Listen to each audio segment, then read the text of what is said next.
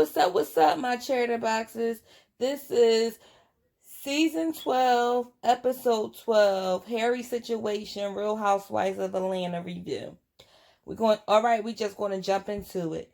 So the show starts off with Eva and her family. You see her husband, and the kids or whatever. Eva has some beautiful children, I must say. She a pain in the butt sometimes, but she did something right with those children because they are gorgeous or whatever. So you see Eva talking to her husband Mike about her upcoming court date, whereas though they're going to try to get the Marley, her oldest child, name change from McCall to Sterling, because he's the only one out of the three. She's the only one out of the three children that doesn't belong to him, but he still looks at her as his child. He's been with her, as he stated in this episode, since she was, I think he said, 15 months old, and she hasn't been a part of her father's life since she was 2 months old. So she really have no recollection of him. I don't even know if Eva ever brings him up, which I doubt that she does or whatever like that. So we know now that she was able to get the name change, that the court granted her the name change for her daughter, whatever like that. I don't know if you guys follow like the Shade Room or the different blogs, but they did show her daughter's father did try to go to the court hearing, but he got into the altercation with the security guards there or whatever like that. And I don't know if y'all seen the video of him and the security guard tumbling down the escalator. That was the same court date that Eva and her husband is speaking of in this episode. So that goes to show he is batshit crazy.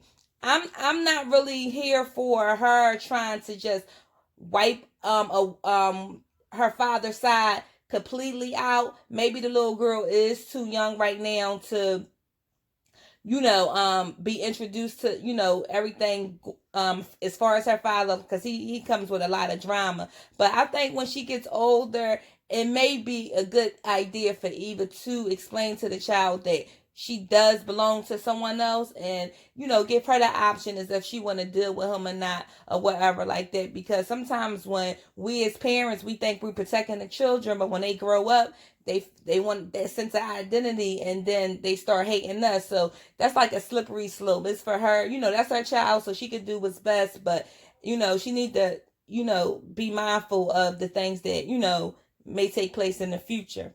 So moving forward, we see the ladies, some of the ladies, because everyone wasn't there. Like Nene wasn't there, Eva wasn't there, but some of the ladies, they met up at this spa. That was a spa that they previously went there, and Eva had got into. Nene and one of the girls had got into it before. So Candy was like, "I hope they don't remember us from last time or whatever like that." But it was all fine, whatever like that. So they all got together at this spa, and when they was there, the spy made them change into their outfits. So they all had like these little short sets on. They all looked like they was in like prison or whatever. So they was making jokes about that. So Marlo had made a mention about Portia going to jail. Portia said, "Well, I wasn't in jail. I just got a mug shot or whatever." So I remember when that mug shot was floating around. Portia was beat, child. She you couldn't tell her butt was going to jail or whatever like that. So they brought up the fact, they brought up what Kenya was talking about at when they were in Toronto or whatever. Actually Portia brought it up. She was like, "Well, is it me, or do you guys think?" She was like, first I thought she was talking about me and Dennis or whatever like that, but then as she went into it and she kept on like looking over towards Tanya, I figured she's not talking about me and Dennis, she's talking about Tanya. So the other girls, but Candy didn't, because Candy already had the tea, but she didn't, say anything or whatever like that. But the other girls like, yeah, I think she was talking about Tanya too. So Tanya was like, "Well, I don't even know Kenya, basically. I only know her for 5 minutes or whatever like that. And she was already talking about my uterus. I don't care nothing about what she talking about or whatever like that. If she could sit up there and talk about my uterus, she shouldn't be that shy to come and tell me what she need to tell me." She was like, "Our relationship don't work like that." Y'all know they call Candy KMZ. So they want now, but then now they want Candy to take the wig to Kenya. Marlo put the darn wig on, acting all simple, whatever, running around carrying on or whatever like that. So Candy went and grabbed the wig from Marlo or whatever. So then they warned Tanya, that Kenya's going to be coming for her ass after this, because you know Kenya don't take shit kindly to people trying to like expose her or throw her under the bus. So this is going to be interesting to see how this play out. So now we see Portia. She's with her family.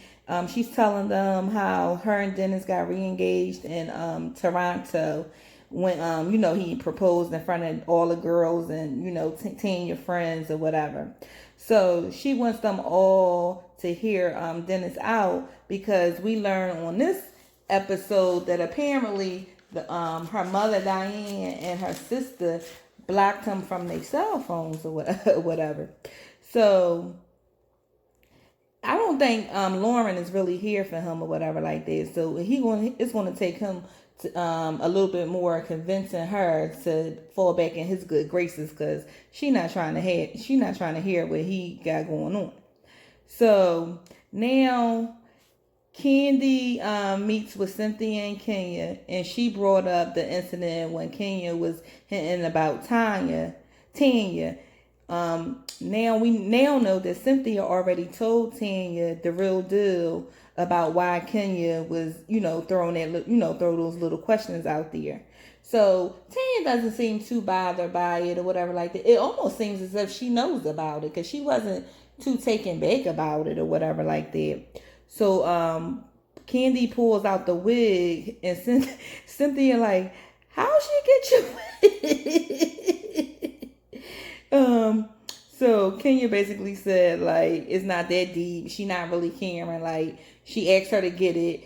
It was meant for Tanya meant for her to get embarrassed by what was going on. She said, but it didn't faze her or whatever. She was like, they just made because she got a successful hair care line and all that jazz or whatever like that. So then Kenya had brought up this fact that Tanya was kind of like upset that the fact that Kenya was talking to her about like IVF and infertility and stuff like that. Now Kenya kind of got mad. She was like, because that's how me and Tanya met. We used to have conversations about that. She was like, why would me of all people, a person that's went through infertility, joke or come to her about when I'm talking to her about infertility, that like it's a joke or something. She was like, I feel some type way about that. And Cynthia said too, she was like, well, I didn't know that Tanya felt the way about that. She was like, because Kenya basically, she didn't mean anything by it or whatever like that. Now, one thing I can say, I think she's sincere about the infertility stuff. But what I can say is Kenya's she keeps trying to bring up the fact that somebody man, flirting, and she keeps saying how gorgeous the other girl is, and trying to rub it in, make it seem like, oh, like she looks better than, Tanya or whatever like that. I don't give a crap if she looked better than Tanya. I don't care if she looked better than the prettiest woman in the world. It does not matter. Kenya, you are the last person that need to be talking about anybody relationship. Even if that lady fiance did cheat on her, that's still not something that you need to be, and basking in or whatever, because your husband treats you like shit, okay? Your husband disrespect you on national TV. He don't even treat you like a wife. So that's the last thing you need to be doing, is talking about somebody's relationship. Now, that's what Tanya should have said. All, worrying about a wig, that's lukewarm tea. But the piping hot tea is the way her husband treat her. She need to chill out with that. Now, I would have came for her neck if she was talking to me like that. Now, she would have felt real low talking to me about some crap like that. Kenya said, oh, Tanya doesn't know what she started Now she gonna be gunning for it. She talking about she don't know I'm the shade assassin. I was like, girl, please. I don't think Tanya really can tangle with Kenya too much, but she did her own with Nene last season. So only time won't tell from this situation. So now the girls get together. You see you see Candy, Eva, Tanya, and Cynthia. They go to the celebration for Marley, Eva's daughter. Since she got her name changed, they threw like a little celebration. So Eva expressed how happy she was, that it's almost over. The next stop is adoption or whatever like that. So Tanya asked Candy if she delivered the package to Kenya, and Candy was like, yeah, whatever. So Tanya, basically Cynthia said that Tanya was kind of wrong. She was kind of wrong in bringing the package, the wig to the spot.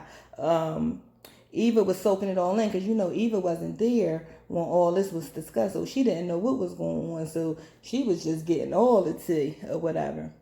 Now we get to Portia, and her family again.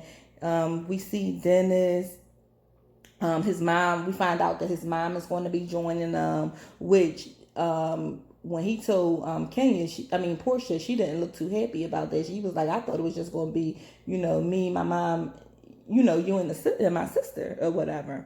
So Dennis didn't really feel like he had to address the family. He was like, the issues is between me and you. Why do I need to address the family? So she's saying that, you kind of like,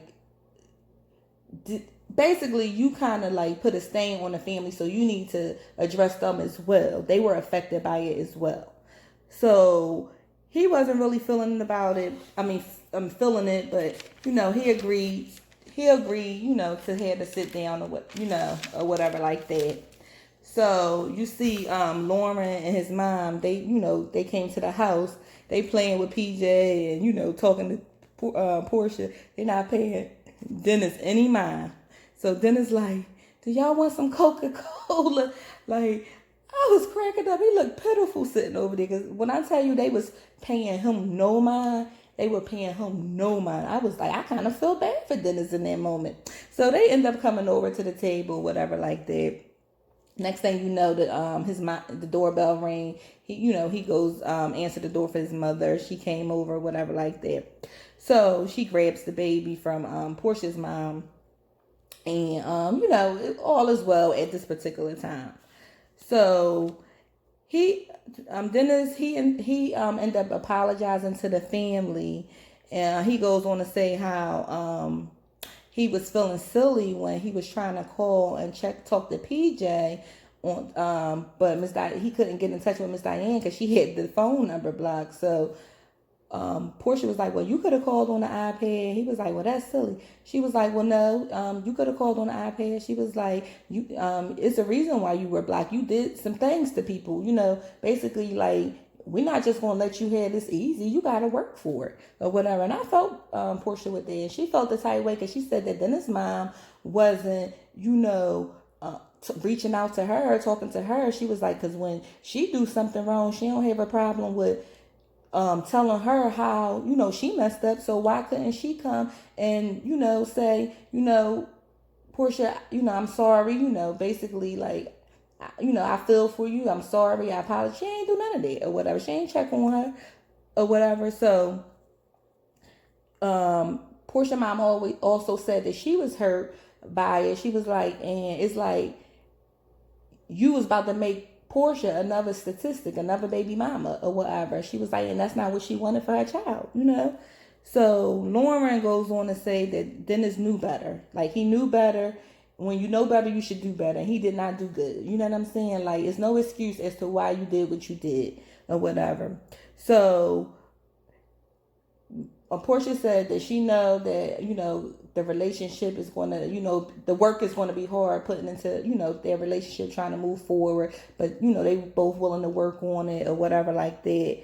And at this time, Dennis, she wiping Dennis' eyes. Dennis started crying. Portia started crying. He ended up having to remove himself a little bit because he had got a little emotional or whatever. His mom also did say that she really didn't know how to interject, but she did get on Dennis every day about it. So Portia did say to his mother that she appreciated the fact that she was riding him. Because, you know, sometimes when your child is the one who do wrong, you may not know how to address the other person, but you can get in your own kid ass. And that's what she was doing. So, you know, even though if she know how to get in Portia ass when she doing wrong, you should be able to embrace her when your son did wrong as well.